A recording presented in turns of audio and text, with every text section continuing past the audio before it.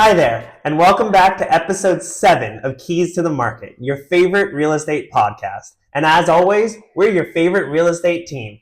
We're the Lime Cooler Group, specializing in the Orange County, Southern California market. My name's Eric, and I'm joined by my mom, Kathy. Hi. And my brother, Ryan. Hey. Today we're going to finish out that same series we were going on the last time about the seller side of the transaction. We're going to, as Ryan said in our last podcast, we are going to close with closing.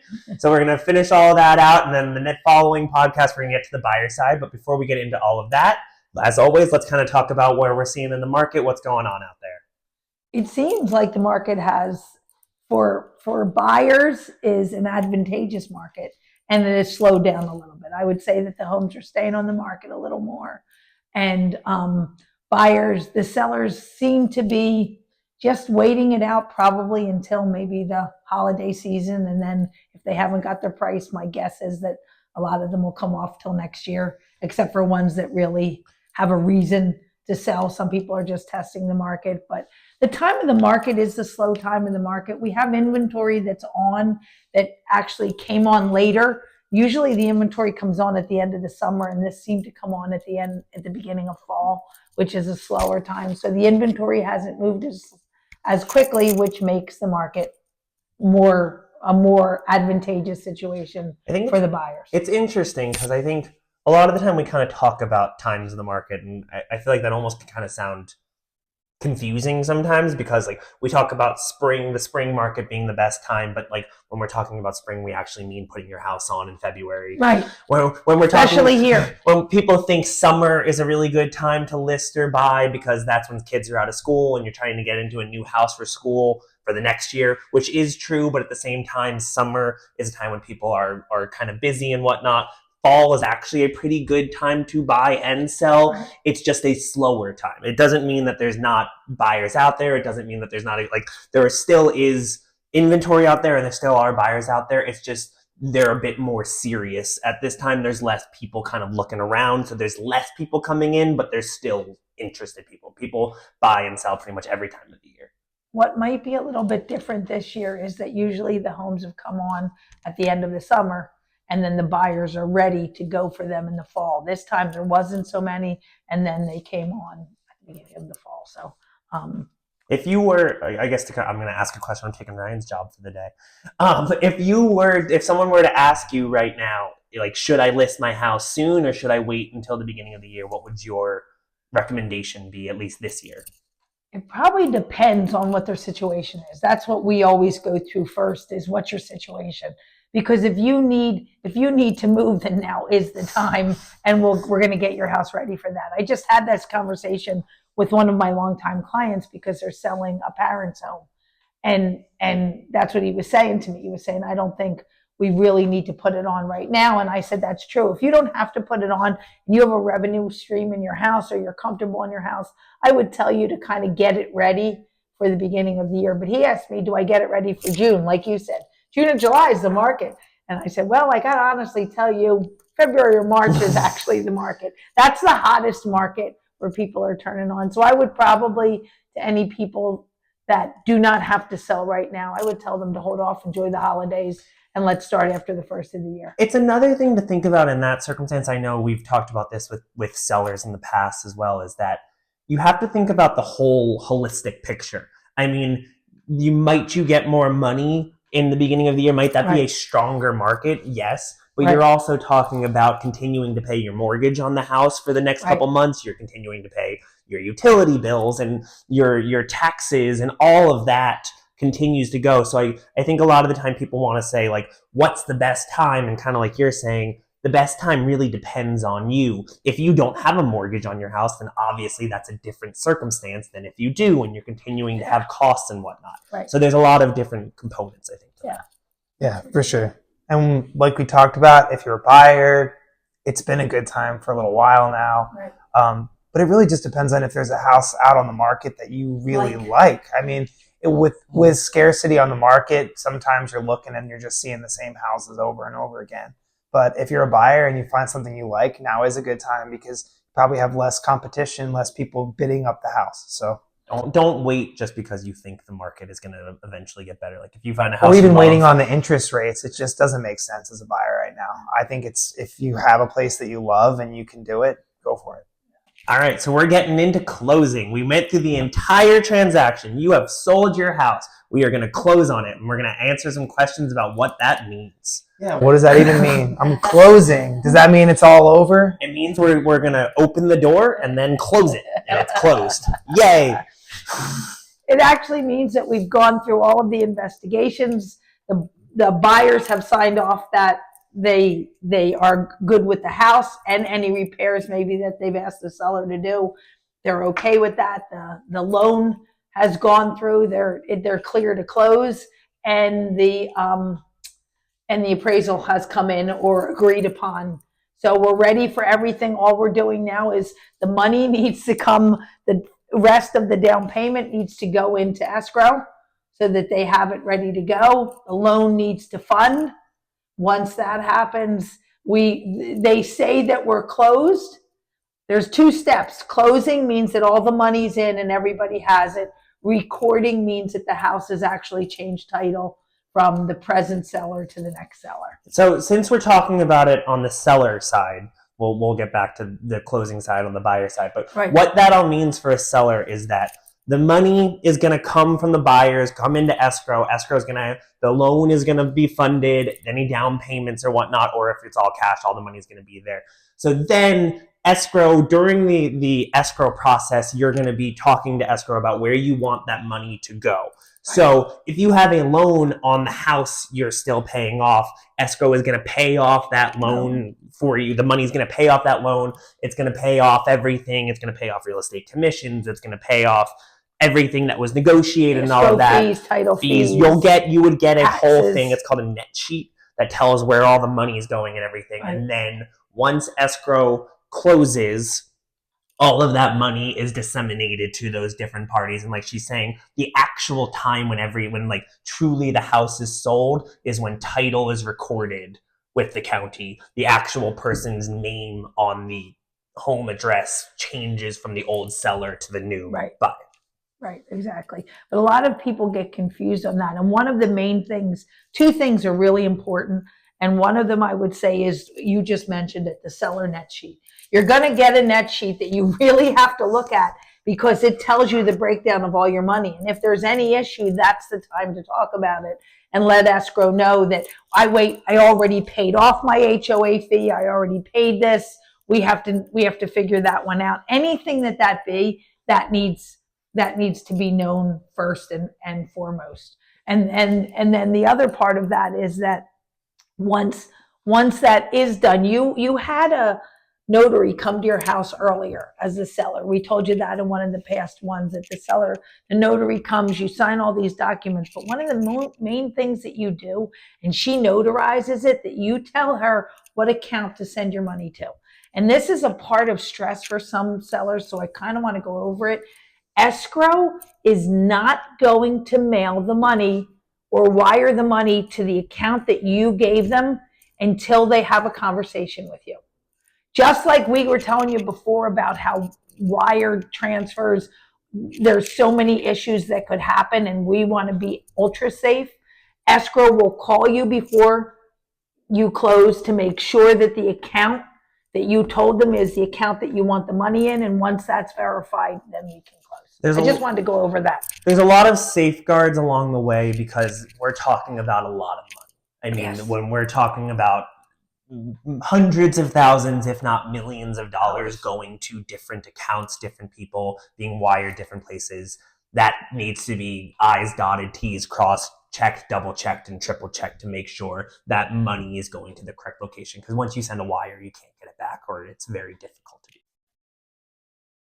One of the final things that happens before we are closed is the final walkthrough. And that's where the buyer comes to the house and usually meets the seller for the first time, It's normally a fun time. Yeah, it's usually a good thing, right? So they get to check out and make sure that all the requests for repairs are the way that you expected them to be and all of that. But what happens if the buyer comes into a house that they were told all these requests for repairs would be taken care of, and they're looking around and they notice more problems or things that they thought were going to be fixed that weren't fixed? That's a What great options question. do they have? So I'll talk about this from the actual paperwork side of it and from what actually happens to the seller, and then you can kind of go into like the negotiation Okay. aspect of it. So what happens truly in a final walkthrough is the final walkthrough is truly called a verification of property, and there's a form that's called a verification of property agreement. And so on that form, if everything is good and everything looks fine and all the repairs are done and whatnot, you sign that form saying that there was no issues noted, everything's good, everyone signs, and it's good to go. If there are issues that happen in the house, you would write it down on that form, and then you can go into how that's negotiated, kind of what we can do in that circumstance. The final walkthrough is usually done 7 days to 3 days before. And the 7 days is probably your best bet if you can have that happen, because then if there is an issue, you have some time to fix it or to talk about it. If it's the last day, then everybody's pushing through to get things done. And normally what we need is if there were repairs done from the seller, they're going to give you a receipt by the licensed field that did the repair, contractor, thank you, that did the repair, and they're also going to show you the repair. And then you're going to talk about what had to be done. Or if you're checking to make sure the home's in the same condition, like maybe when they moved out or they were moving something, they put a hole in a wall, things like that. So that's written down on the thing. And the really for the agents, it can't close until that gets completed. So that at some point that needs to say that that's completed. If it does not get completed, there's two things that can happen. One is that the buyer can ask to hold up the close of escrow and give notice to the escrow officer that they do not want to close this until that this is completed and done. Or they can close it and then it's a small claims. They can go to court to fight them that this wasn't done. That's not how we ever want it to end. We do our best to make it, if there's an issue, we try to take care of it immediately and get everything smoothed out so that everything's good so that we can close on time as scheduled. One of the things I think is it's a strange aspect of real estate, and like by and large, we very much try to follow timelines and contracts and schedules and all of that. But I think it's almost like a thing people think even from like elementary school, when you're told that something is due on this specific day, you have to turn it in on that day. I think a lot of the time, like the timelines that are specifically written into the contract sometimes can be amended throughout the contract. Yes. So like you're saying, as a buyer, like if I look at the house 2 days before we're supposed to close and it is not correct, there are things that are wrong, you as the buyer are going to delay that closing until you are aware. If it's egregious. Exactly. If it's egregious and you cannot close, like you are going to change the time of that closing in order to ensure that the house that you are putting all the money into is going through. Right. And as a seller, that's what we're talking about too, is you want to make sure everything looks good, because the buyer's still like at that time of the final walkthrough, the house hasn't closed yet. The money's not in anyone's bank. The money, like you still want to make sure you follow through on the entire transaction until the end. But truthfully, Ryan, when you hire us as your agents, we've taken care of this, and our final walkthroughs are parties. Yeah, they're fun. We're fun. We're enjoying each other. We're learning how to water the lawn. Honestly, most of the time, the final walkthrough should just be the seller showing you how to like turn on the sprinkler system and how to work the and making each other feel good. Yeah. So I sold my house. Yep, you Show did. me the money. When do I get my Yeah, everybody closes their house and they're like looking at us like, where's the money? Where is it? There's a little bit about this, because what the money actually, okay, escrow has the money. Escrow has to give the money to the title company in order to close the house. The title company gives it back to escrow for you. So that's how that all happens. And after everything's dispersed, the escrow company has to, which is good for you, the seller and the buyer, balance their books. Close it out. Close everything out. So that normally, if you close on a Thursday, the earliest you're ever going to get that money is a Friday by kind of mid-afternoon. If you close on a Friday, which for some reason real estate closes on a Friday, your money will not go into your bank usually until a Monday. So you're talking about probably the next business day. Next business day is usually how it works. If we have things set up early and things close earlier, we can make it happen sooner. But for the most part, you can expect it the next business day. There's also some nuance in this. We're not going to go entirely into this, but like there is times when you're selling a house in order to buy another house, and your escrow on the selling side will communicate with the escrow on the buying side, and the money will go directly to one to the other. So there is an ability to close. It's called closing concurrently. So there is times in which the money can move like multiple hands in a single day, but that's more of a specific situation based on where you're buying, who you're buying with, what the escrow companies are, if it's in the same state, if it's in the same country. All of that changes a lot of that. Sellers tend to like that because the money doesn't touch their hands; it just goes right into the other house. You don't have to see the millions of dollars in your bank account and think, "Ooh, lots of purses." I've heard of a rent back situation for a seller. What is that all about, and how do you negotiate something like That was huge during COVID. We've never seen as many rent backs as that time. A rent back means that the seller is asking the buyer for more time. Like more time living in the house. They need more time in the house for a different situation. Either their house that they're going to purchase is not ready yet. They need to really get some things together before they move out of state. A lot of different areas. And rent back can go two ways. Rent back can actually be part of a contract on the sale.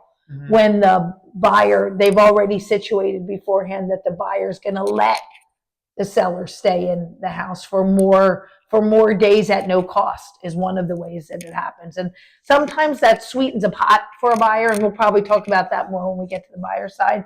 The other thing is that there's an agreed upon amount.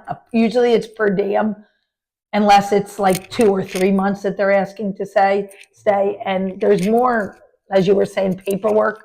There's more paperwork involved because you're actually signing a rental agreement. I was going to say, essentially what the rent back is as of the time you close on the house, the buyer owns that house. The buyer's name is on title. The buyer is the owner of that property.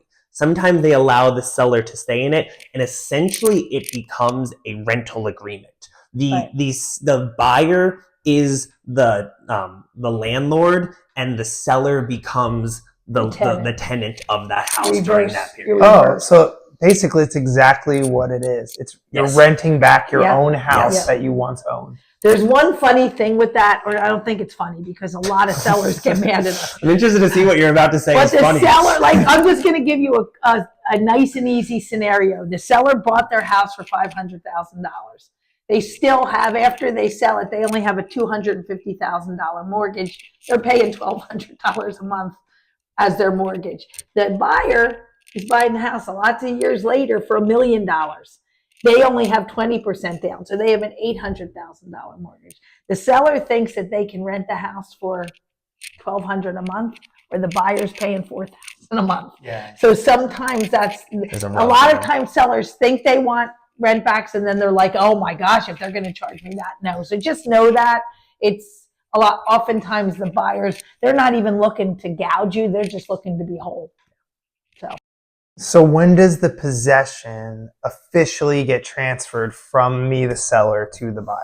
When does that actually happen? So that, again, I feel like we're kind of a lot of our answers to this stuff is it's in a contract. Yeah. Which is a good thing, though, meaning that everything is written out and spelled out. You're actually going to know this answer before you even open escrow. What it essentially is, the way the contract is basically written at its very core is actually that the possession of the house is supposed to be transferred upon the recording of the property. So that means when we said that the title is recorded as a new person's name, that's when the possession is supposed to be technically transferred based on how the contract is written. Most of the time, the vast, at least like the most kind you can possibly be, or like, I guess actually the least kind you can possibly be, is to give the person until 6 p.m. the night of the day that the house records. That's very basic. And At that least- happens often if Yes. a house is vacant. Yes, and you If would a get home the is house vacant. at 6 p.m. that night. What happens in that circumstance is the seller's agent will allow the buyer's agent to know where the keys are to the property, and then the buyer's agent will give them the keys to the property, and they have the possession of it. What is pretty common, at least in the state of California, is giving the sellers 3 days after to still hold possession of the house. Normally just because it's allowing them to move out, to make sure they have everything out, they can get it. Because we're saying as the seller, you're not getting the money until the next business day. So sometimes the sellers aren't able to get out, or they haven't been able to move, or they're not getting their moving truck there until they're positive that everything's going to close and everything's okay. So it's pretty common for the buyer to let the seller have at least 3 days. Beyond that, it goes into what we're talking about with a rent back. Yeah, whatever's been agreed upon. But it's usually 6 o'clock on the day that was agreed upon. Okay, so closing seems to have a lot of steps to it. It's not just one thing where it's like it's closed. So where would you say that like the finish line is for escrow? When does escrow end? Yes. I think a lot of it's the steps along the way. It's once you hear that you're clear to close, that's a big thing. That means your mortgage, if you have a mortgage, that your mortgage is ready to give you that loan.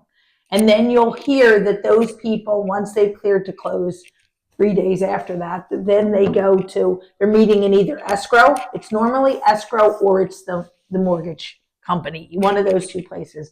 They meet, they sign their life away. Yes, I don't believe that, but that's what people say to me when they're doing it. They sign all the documents to pull that together. Escrow pulls all the forms together.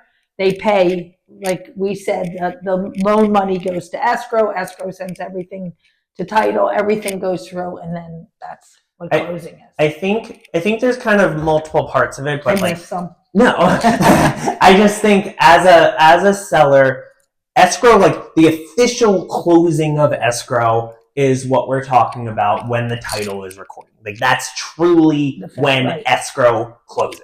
As a seller, I believe you're probably going to think about it in 2 different ways. You're going to think about the close of escrow being 1, when that money's in your bank. Because truly what you want in this whole situation is the money in your bank. And 2, I think to your belief as a seller, escrow would also, like all of this closing ends when you give up possession of that house. When the money is in your bank and you give up possession of the house is when the escrow period would probably be done. Truly, escrow ends earlier, but like as a seller in practice, I think it's once you have that money and you are out of the property. And then sometimes when you give escrow where you're moving to, you get surprised a few weeks later when you get a check from escrow, because escrow usually holds a little bit more just to make sure, because escrow has no money. That's a fun one. I do real estate as a job, and when I bought my own house, I got a check in the mail for like a couple $100, and I was like, I don't know what this is, but this is cool. I'll take it. Yeah. But It's also fun because you're like, as you're buying the house, it's like, oh, I didn't realize this was going to cost money, and then it's like, oh, we have a little bit extra. We can buy an appliance with Yeah, exactly. But sometimes that sometimes will come afterwards too. But escrow's already closed. Because you were mentioning, because escrow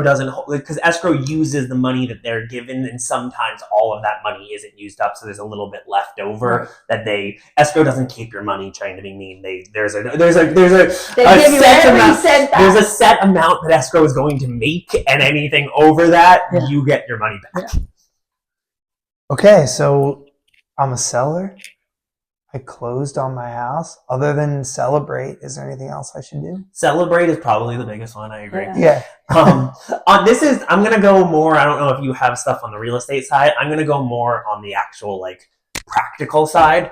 You should make sure that you forward your mail to where you're going to next. Yeah. You should make sure that you tell people you know that you're moving houses. You should make sure that you get all the stuff out of your house. You should make sure that you have a moving company set up, whether they've already moved or not. You should make sure you transfer your utilities out of your name.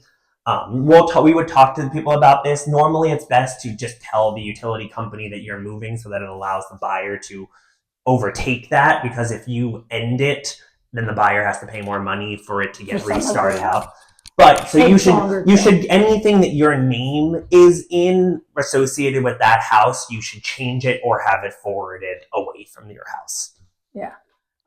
Two other things that I would think of too is, I know that it's fast, and I know that you're trying to get everything done, and then you want to get out of the house as well. But a really nice thing to do is clean your house. The new people, they are as excited as you were when you moved in. Like, majority of our sellers will have their house cleaned after they leave. But if you don't go that route, at least make sure that your house is clean and presentable. That's just a nice way to leave it for the sellers, for the buyers It's like the coming golden in. rule. So it is the golden rule, but a lot of people don't do it. And we've been in cleaning houses afterwards, Yeah. just kind of to try. Wait, I had one more. Oh, sorry. Try to make it. And then the last thing that you need to do, especially when we're taking care of your transaction, is write a testimonial. Tell your neighbors. Because the job we've done for you, nobody knows it. They just see that your house closed. And they believe, sadly, that we're a dime a dozen. And now, going through the transaction with us, you know that we are not. And so help us, spread the word, because referrals are the best thing for us to get. And we so appreciate, we'd love to work with people that are just like you, because you were really nice. I was going to go back to the cleaning aspect. As a seller, when you're leaving, you're expected, I mean, I think this is kind of obvious, but sometimes we've had people not realize this. You're expected to take everything out of the house. Everything that is your own personal property should be removed from the house. That does not mean that, like, if there are things that are negotiated to stay, you leave them. Your appliances and things that are attached to the home stay. We would talk to you about everything that's connected to Or the house. even and like everything. during the final walkthrough, Yes. sometimes people will be like, do you want this can of Exactly. paint? So you'd be able to touch up Yeah. paint But- or this flooring or things like that. But as a seller, by and large, you should be planning to remove all of your own personal property out of the house. There have been situations that we've dealt with that people don't do all of that type of stuff. Or we were talking before, we keep kind of bringing up the COVID time because that was when we really understood the nitty gritty of the contracts because we were trying to make it look as pretty as possible. There were some times when buyers would say that sellers could leave whatever they wanted in the house and the buyer would deal with cleaning that up. So, there are nuances to those things, but by and large, take everything out of the house, leave it clean, leave the buyer a list of the utilities that were used or any of the service providers. If you have a gardener or a pool guy or whatnot, you can leave that for the buyers Yeah, if that's they a want nice to thing. overtake those contracts and those people do that from there. So. But then at the very end of all this, you get our call that says, you closed! Yay! Congratulations! Well, you guys, you took me through my whole selling process. I got my money. I wrote my testimonial because you guys were like the greatest real estate group that right. I could ever imagine. But I got some news for you. I sold my house, and now I have nowhere to live. I need to be a buyer now, and I need to buy my house. So do you think you could continue this podcast and help me through the buying process? That's such a good idea. We never even thought about going to the other side. I didn't say that at the beginning of this podcast either. I don't ever listen to you. Just kidding. As you said, that's finishing the seller side. We kind of walked through all of it.